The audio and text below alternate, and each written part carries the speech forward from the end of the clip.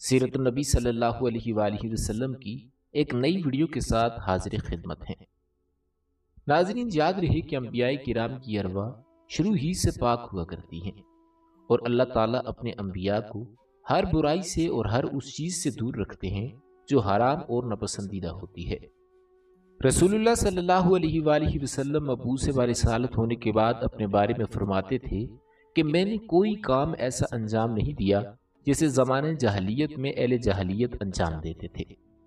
آپ صلی اللہ علیہ وآلہ وسلم نے اپنی پوری جوانی کے ایام میں کوئی ایسا فعل یا عمل انجام نہیں دیا جسے عام طور پر جوان اپنی جوانی کے دوران بجا لاتے ہیں۔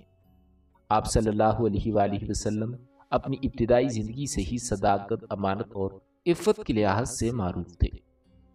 ناظرین گرامی، یہ ایک تاریخی حقیقت ہے کہ آپ صلی اللہ علیہ وآلہ وسلم نے ایک ایسے ماحول میں پرورش پائی کہ جس میں عرب آپس کی جنگ و جدال میں مصروف تھے اور یہاں تک کہ شہر حرام کی حرمت کا بھی خیال نہیں رکھتے تھے۔ انہی جنگوں میں سے ایک جنگ وہ تھی جو 15 عام الفیل میں قریش اور بنی قیس کے درمیان میں ہوئی۔ یہ جنگ ان دنوں میں ہوئی جن دونوں میں لڑنا منع تھا، اسی لیے اس جنگ کو حرب فجار کہتے ہیں۔ حرب فجار زمانے جاہلیت کی جنگوں میں سب سے زیادہ مشہور لڑائی سمجھی جاتی ہے۔ روایات میں آتا ہے کہ حرب فجار کی تعداد 4 ہے اور یہ لڑائی جس میں حضرت صلی اللہ علیہ وآلہ وسلم نے شرکت کی چوتھی اور آخری لڑائی تھی۔ یہ حضور صلی اللہ علیہ وآلہ وسلم کی ابتدائی زندگی کی پہلی جنگ تھی جس میں آپ صلی اللہ علیہ وآلہ وسلم نے شرکت کی تھی۔ آج کی اس ویڈیو میں ہم چاروں فجار کی جنگوں کو باری باری ڈسکس کریں گے۔ سب سے پہلے بات کرتے ہیں فجار اول کی۔ ناظرین، اگر تاریخ کے اوراق پلٹیں تو سعودی عرب کا ہر کوچہ، ہر شہر تاریخی ہے۔ اس مقدس ملک میں جس گلی، جس شہر اور جس مقام پر چلے جائیں وہ اپنا ایک تاریخی مقام رکھتا ہے۔ مکہ مکرمہ سے تقریباً 120 کلومیٹر کے فاصلے پر طائف وادی واقع ہے اور طائف کے جنوب کی جانب بنی سعد ہے جہاں حضور صلی اللہ علیہ وآلہ وسلم نے اپنا بچپن گزارا۔ اس سے ذرا آگے چلیں تو تبوک، جنگ تبوک کی وجہ سے معروف ہے۔ مقام خیبر بدر اور اس کے علاقہ، قلعہ کموس، حضرت صالح کی قوم سمود کا مقام جہاں پہاڑوں کو تراش کر گھر بنائے گئے تھے۔ زمانہ جاہلیت سے قبل عربوں کے ہاں سوق عکاظ کا میلہ لگتا تھا۔ سوق عربی میں بازار کو کہتے ہیں اور عکاظ اس معروف میلے کا نام ہے جو زمانہ جاہلیت سے قبل لگا کرتا تھا اور پورے عرب میں مشہور تھا۔ یہ میلہ رمضان المبارک کے بعد اور حج سے پہلے لگا کرتا تھا۔ روایات کے مطابق عکاظ کا میلہ 10 روز لگا کرتا تھا، جبکہ بعض روایات میں آتا ہے کہ یہ میلہ 20 دن تک جاری رہتا تھا۔ عکاظ کا میلہ ایک وسیع و عریض میدان میں لگایا جاتا تھا جہاں سعودی عرب کا معروف و مشہور قبیلہ العدوانی آباد ہے۔ طائف سے تقریباً 40 کلومیٹر کے فاصلے پر ریاض روڈ کے دائیں طرف یہ وسیع و عریض میدان واقع ہے۔ مورخین کے مطابق زمانہ جاہلیت کے وقت اس میلے کا انتظام بنو ثقیف اور قیس بن علا کے پاس تھا۔ اس میلے میں ایران، مصر، عراق، عمان، بحرین اور یمن وغیرہ سے تاجر آیا کرتے تھے اور اس میلہ عکاظ میں تجارت کرتے تھے۔ مقامی طور پر قریش، بنو اسلم، غطفان اور دیگر عرب قبائل وغیرہ یہاں آ کر اپنے اپنے خیمے لگاتے۔ اس تاریخی میلے میں تمام عرب ممالک سے ادیب، حکیم، نامور شعراء حضرات بھی تشریف لاتے اور اپنے اپنے اشعار پیش کرتے، جبکہ بدو اپنے قصیدے سنایا کرتے تھے۔ یہاں شاعری اور قصیدوں کا مقابلہ بھی ہوتا تھا۔ اس کے علاوہ مقررین بھی اپنے انداز میں خطابات کیا کرتے تھے۔ کھیلوں کے مقابلوں جیسا کہ تیر اندازی، نیزہ بازی، اونٹوں اور گھوڑوں کی دوڑ وغیرہ بھی خوب ہوتی تھی۔ تاریخ کے مطابق ہمارے پیغمبر حضور صلی اللہ علیہ وآلہ وسلم بھی اپنے چچا جناب حضرت عباس بن عبد المطلب کے ساتھ اس میلہ عکاظ میں تشریف لائے تھے، لیکن یہ واضح نہیں کہ آپ نبوت سے قبل تشریف لائے تھے یا نبوت کے بعد۔ مورخین کا کہنا ہے کہ اس عکاظ میلہ میں بین الاقوامی معاملات پر بھی بحث ہوتی تھی، مسائل معاملات پر غور و فکر ہوتی، مختلف قبائل آپس میں معاہدے کرتے، اگر ان کے پاس کوئی قیدی ہوتے تو آپس میں قیدیوں کا تبادلہ بھی کرتے تھے۔ اس کے علاوہ غلاموں کی خرید و فروخت بھی ہوتی تھی۔ ام المومنین سیدہ خدیجہ بنت خویلد رضی اللہ تعالیٰ عنہ کے بھتیجے حکیم بن حزام نے اس میلے میں فروخت ہونے والے غلاموں میں سے ایک غلام جس کا نام زید بن حارثہ تھا خریدا اور مکہ مکرمہ جا کر اپنی پھوپھی حضرت خدیجہ رضی اللہ تعالی عنہا کو بطور تحفہ پیش کیا۔ بعد میں اسی غلام زید بن حارثہ کو حضرت خدیجہ رضی اللہ تعالی عنہا نے حضور صلی اللہ علیہ وآلہ وسلم کی خدمت میں پیش کیا، جسے آپ نے آزاد کر کے اپنا منہ بولا بیٹا بنا لیا۔ اس طرح یہ تاریخی میلہ عکاظ ایک خاص اہمیت کا حامل تھا۔ اس میلے میں عرب قبیلے آپس میں مل بیٹھ کر بہت سے اہم فیصلے بھی کرتے تھے جن کے وہ پابند ہوتے تھے۔ پہلی جنگ فجار کا تنازع قبیلہ بنو کنانہ اور حوازن کے درمیان ہوا، اور اس کی وجہ کچھ یوں بیان ہوئی کہ عکاظ کے میلہ میں بدر بن معاشر کا ایک خاص اجتماع ہوتا تھا، جہاں وہ اپنی بلند و بالا شخصیت اور مرتبے کا اعلان کرتا اور فخر و غرور کا اظہار کرتا تھا۔ ایک روز یوں ہوا کہ وہ پیر پھیلا کر بیٹھ گیا اور کہنے لگا کہ میں عرب کا سب سے زیادہ معزز فرد ہوں، جو یہ سمجھتا ہے کہ وہ مجھ سے بھی زیادہ باعزت اور بلند مرتبے کا مالک ہے، وہ اس پیر پر تلوار مار دے۔ ایک شخص اٹھا اور اس نے تلوار چلا دی، جس سے اس کا پیر زخمی ہو گیا۔ اس طرح دونوں قبیلوں میں جنگ شروع ہوئی۔ جنگ کے شعلے بھڑکنے ہی والے تھے کہ دونوں قبائل کے کچھ لوگوں نے اس کو حل کرنے کی کوشش کی، اور وہ جنگ عارضی طور پر ٹل گئی۔ چونکہ یہ جنگ رجب کے مہینے میں ہوئی تھی، اور عرب کے لوگ ذیقعدہ، ذی الحجہ، محرم اور رجب کے مہینوں کا بے حد احترام کرتے تھے، اور ان مہینوں میں لڑائی کرنے کو گناہ جانتے تھے۔ عام طور پر ان مہینوں میں لوگ تلواروں کو نیاموں میں رکھ لیتے تھے اور نیزوں کی برچیاں اتار لیتے تھے، لہذا اس جنگ کو گناہ سے تعبیر کیا گیا۔ جنگ فجار دوم۔ ناظرین گرامی، یہ تنازع بھی بنی قریش اور حوازن کے درمیان ہوا، اور اس کی وجہ یہ تھی کہ بنی عامر کی ایک عورت بازار عکاظ میں بیٹھی ہوئی تھی کہ قریش کے ایک نوجوان نے اس خاتون سے دست درازی کرنے کی کوشش کی، جس کی وجہ سے یہ جنگ چھڑ گئی۔ تھوڑا بہت خون خرابہ بھی ہوا، لیکن قریش کی جانب سے حرب بن امیہ بن عبد الشمس نے خون کی دیت ادا کرنے کا وعدہ کیا اور دونوں قبائل کے درمیان صلح کرائی، اور اس طرح یہ جنگ بھی ختم ہوئی۔ جنگ فجار سوم۔ ناظرین، یہ تنازع بھی قبیلہ بنی کنانہ اور حوازن کے درمیان ہوا۔ اس کی وجہ یہ تھی کہ بنو حوازن کے ایک شخص نے بنو کنانہ کے ایک شخص کو قرض دیا تھا، پھر وہ غربت اور افلاس کی وجہ سے ادا نہ کر سکا اور اس کی ادائیگی میں ٹال مٹول کرنے لگا۔ جب وہ بازار عکاظ پہنچا تو بنو حوازن میں سے ایک شخص کھڑا ہوا اور بنی کنانوں کو طعنہ دینا شروع کر دیا، جس کو یہ شخص برداشت نہ کر سکا اور اٹھا اور تلوار سے بنی حوازن کے اس شخص کو قتل کر دیا۔ اس کے نتیجے میں جنگ شروع ہوئی اور بالآخر بنی کنانہ نے دیت ادا کر دی اور جنگ ختم ہو گئی۔ ناظرین، یاد رہے کہ فجار کی ان تینوں لڑائیوں میں رسول کریم صلی اللہ علیہ وآلہ وسلم نے کوئی حصہ نہیں لیا، البتہ فجار کی چوتھی لڑائی میں آپ صلی اللہ علیہ وآلہ وسلم نے شرکت فرمائی تھی۔ یہ جنگ قریش و کنانہ کے تمام قبائل اور حوازن و قیس کے تمام قبائل کے درمیان لڑی گئی۔ اس جنگ کی وجہ یہ تھی کہ نعمان بن منظر اپنا تجارتی قافلہ، جس میں اونٹوں پر کپڑے اور باقی اشیاء لدی ہوئی تھیں، وہ اسے بازار عکاظ میں بھیجتا تھا تاکہ یہ چیزیں یہاں فروخت ہوں۔ قافلے کو وہ کسی عرب سردار کی ذمہ داری پر بھیجتا تھا تاکہ اس کی حفاظت ہو سکے۔ ایک مرتبہ اس مقصد سے قافلہ بھیجنے کی تیاری کی تو اس کے پاس عرب کے کچھ افراد موجود تھے، ان میں بنو کنانہ کا براس اور حوازن کا عربۃ الرحال بھی شامل تھا۔ براس نے کہا کہ میں بنو کنانہ کی ذمہ داری لیتا ہوں کہ وہ اس سے تعارض نہیں کریں گے۔ نعمان نے کہا میں ایسا شخص چاہتا ہوں کہ جو پورے اہل نجد و تہامہ کی طرف سے پناہ دے سکے۔ اس پر عربہ الرحال نے کہا کہ میں ذمہ داری لے سکتا ہوں۔ براس نے کہا کیا تم کنانہ کے مقابلے میں بھی ضمانت دو گے؟ عربہ نے کہا کہ ہاں، فقط کنانہ ہی کیا، میں اہل شیخ و کیسوم کے مقابلے میں بھی پناہ دے سکتا ہوں۔ اس بات پر تکرار ہوا اور تو میں ہونے لگی، اور آخر میں عربہ کو قتل کر دیا گیا۔ یوں دونوں قبائل کے درمیان جنگ چھڑ گئی اور یہ جنگ 6 روز تک جاری رہی۔ یہ واقعہ رجب کے مہینے میں پیش آیا۔ بعض مورخین کے مطابق اس وقت حضور صلی اللہ علیہ وآلہ وسلم کی عمر مبارک 17 اور 20 سال کے درمیان تھی، اور آپ صلی اللہ علیہ وآلہ وسلم نے اپنے چچاؤں کی ہمراہ اس جنگ میں شرکت کی۔ بعض مورخین کے مطابق اس تنازع کا سبب ماہ رجب میں وجود میں آیا تھا اور خود جنگ اس مہینے میں نہیں ہوئی تھی۔ ناظرین گرامی، کہا جاتا ہے کہ اس واقعے کے فوراً بعد حلف الفضول کا واقعہ پیش آیا۔ حلف الفضول ایک معاہدے کا نام ہے جو دور جاہلیت میں مظلوموں کی حمایت کے لیے قریش کے بعض قبائل کے درمیان مکہ میں منعقد ہوا تھا۔ اس معاہدے کا سبب یہ تھا کہ قبیلہ قریش کے افراد کبھی اجنبی افراد یا ان افراد کے ساتھ ظلم روا رکھتے جن کا مکہ میں قبیلہ یا خاندان نہ ہوتا تھا۔ ہوا یوں کہ ایک دن یمن کے علاقے زبید کا ایک مرد سامان تجارت لے کر مکہ چلا گیا۔ عمر بن العاص کے باپ عاص بن وائل سہمی نے اس کا سامان خرید لیا، لیکن قیمت کی ادائیگی میں تاخیر کر کے اس کو تھکا دیا۔ یمنی مرد نے قریش سے مدد مانگی اور درخواست کی کہ اپنا حق لینے میں اس کی مدد کریں، لیکن کسی نے اس کی مدد نہ کی۔ چنانچہ مسجد الحرام کے قریب کوہ ابو قبیس پر یا بقول دیگر حجر اسماعیل کے قریب کھڑے ہو کر اونچی آواز سے اشعار پڑھے اور قریش سے انصاف مانگا۔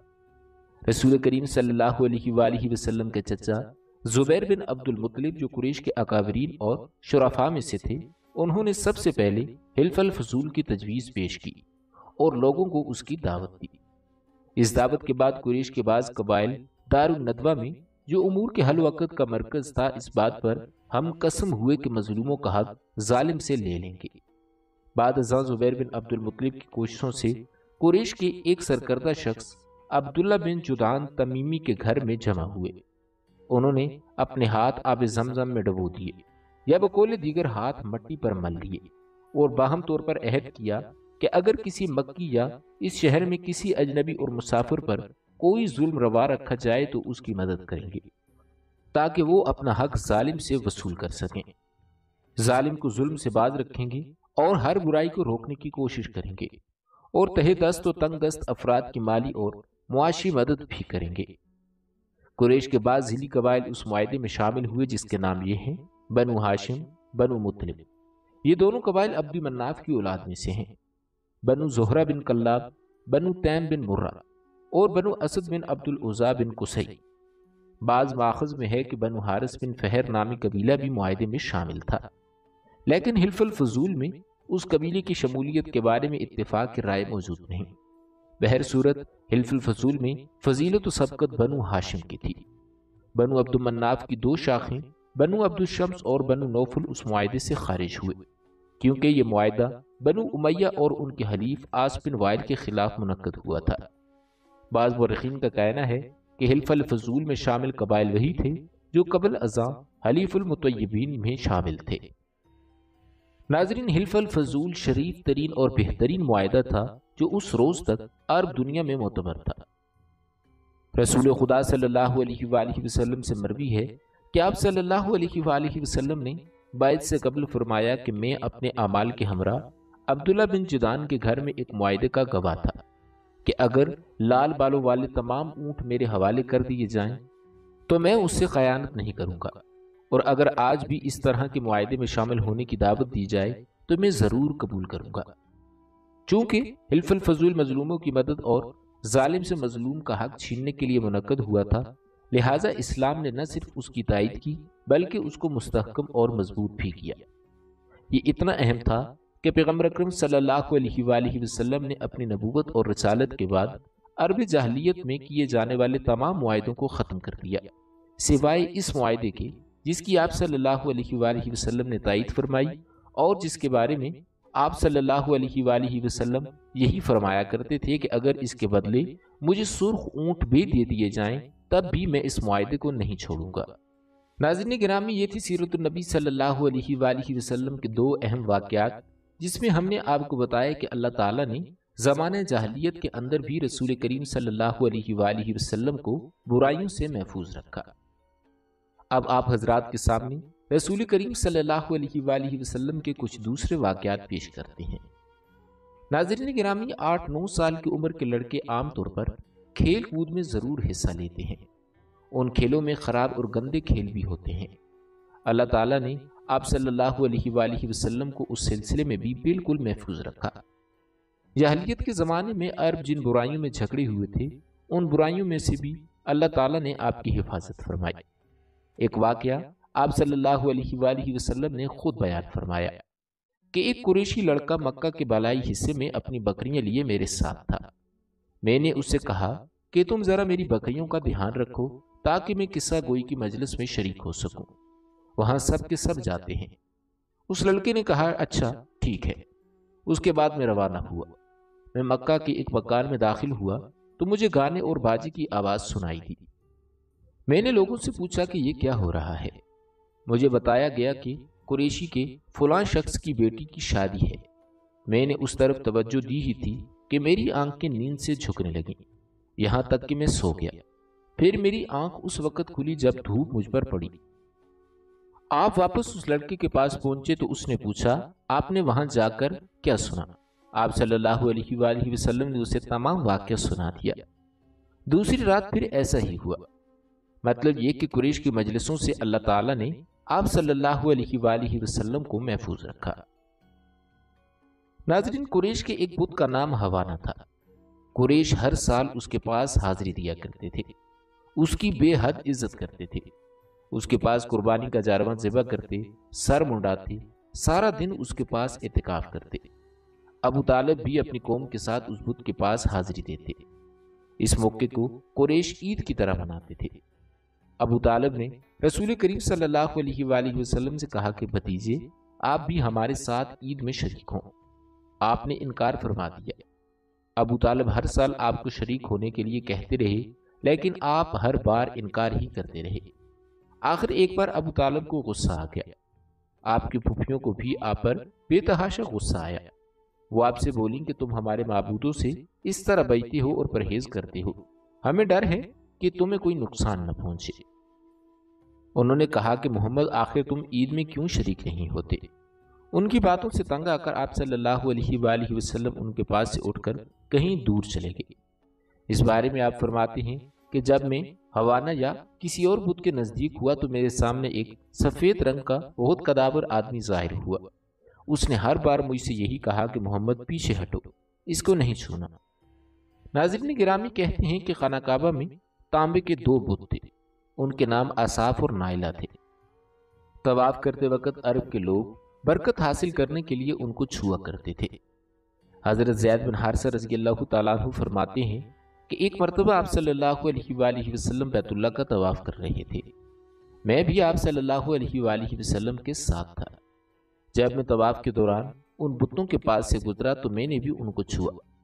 رسول کریم صلی اللہ علیہ وآلہ وسلم نے فوراً فرمایا کہ ان کو ہاتھ مت لگاؤ۔ اس کے بعد ہم طواف کرتے رہے۔ میں نے سوچا ایک بار پھر بتوں کو چھونے کی کوشش کروں گا تاکہ پتہ تو چلے کہ ان کو چھونے سے کیا ہوتا ہے اور آپ نے کیوں مجھے روکا۔ چنانچہ میں نے ان کو پھر چھو لیا۔ تب آپ نے سخت لہجے میں فرمایا کہ کیا میں نے تمہیں ان کو چھونے سے منع نہیں کیا تھا؟ اور میں قسم کھا کر کہتا ہوں کہ رسول کریم صلی اللہ علیہ وآلہ وسلم نے کبھی بھی کسی بت کو نہیں چھوا، یہاں تک کہ اللہ تعالیٰ نے آپ صلی اللہ علیہ وآلہ وسلم کو نبوت عطا فرما دی اور آپ پر وحی نازل ہونے لگی۔ اسی طرح اللہ تعالیٰ نے حرام چیزوں سے بھی آپ صلی اللہ علیہ وآلہ وسلم کی حفاظت فرمائی۔ مشرک بتوں کے نام پر جانور قربان کرتے تھے، پھر یہ گوشت تقسیم کر دیا جاتا یا پکا کر دیا جاتا، لیکن آپ صلی اللہ علیہ وآلہ وسلم نے کبھی بھی ایسا گوشت نہ کھایا۔ خود آپ نے ایک بار ارشاد فرمایا، میں نے کبھی کوئی ایسی چیز نہیں چکھی جو بتوں کے نام پر ذبح کی گئی ہو، یہاں تک کہ اللہ تعالیٰ نے مجھے نبوت عطا کر دی۔ اس طرح آپ سے پوچھا گیا کہ آپ صلی اللہ علیہ وآلہ وسلم نے بچپن میں کبھی بت پرستی کی؟ آپ نے ارشاد فرمایا نہیں۔ آپ سے پھر پوچھا گیا آپ نے کبھی شراب پی؟ جواب میں ارشاد فرمایا نہیں۔ حالانکہ اس وقت مجھے معلوم نہیں تھا کہ اللہ تعالیٰ کیا ہے اور ایمان کی تفصیل کیا ہے۔ آپ صلی اللہ علیہ وآلہ وسلم کے علاوہ بھی اس زمانے میں کچھ لوگ تھے جو جانوروں کے نام پر ذبح کیا گیا گوشت نہیں کھاتے تھے اور شراب کو ہاتھ نہیں لگاتے تھے۔ ناظرین، بچپن میں آپ صلی اللہ علیہ وآلہ وسلم نے بکریاں بھی چرائیں۔ آپ مکہ کے لوگوں کی بکریاں چرایا کرتے تھے، معاوضے کے طور پر آپ کو ایک سکہ دیا جاتا تھا۔ آپ فرماتے ہیں کہ اللہ تعالیٰ نے جتنے نبی بھیجے ان سب نے بکریاں چرانے کا کام کیا۔ میں مکہ والوں کی بکریاں معاوضے کی عوض چرایا کرتا تھا۔ مکہ والوں کی بکریوں کے ساتھ آپ اپنے گھر والوں اور رشتہ داروں کی بکریاں بھی چرایا کرتے تھے۔ دوستو، جہاں تک سوال ہے پیغمبروں نے بکریاں کیوں چرائیں تو اس کی وضاحت یوں بیان کی جاتی ہے کہ اس کام میں اللہ تعالیٰ کی زبردست حکمت ہے۔ بکری کمزور جانور ہے، لہٰذا جو شخص بکریاں چراتا ہے اس میں قدرتی طور پر نرمی، محبت اور انکساری کا جذبہ پیدا ہو جاتا ہے۔ ناظرین گرامی، امید کرتے ہیں کہ آپ کو ہماری آج کی یہ ویڈیو ضرور پسند آئی ہوگی۔ اگر آپ کو ہماری آج کی یہ ویڈیو پسند آئی ہے تو ہمارے اس چینل کو ضرور سبسکرائب کریں۔ بہت جلد ایک نئی ویڈیو کے ساتھ آپ کے ساتھ ملتے ہیں، تب تک کے لیے اپنا خیال رکھیے گا۔ اللہ تعالیٰ آپ کا حامی و ناصر ہو۔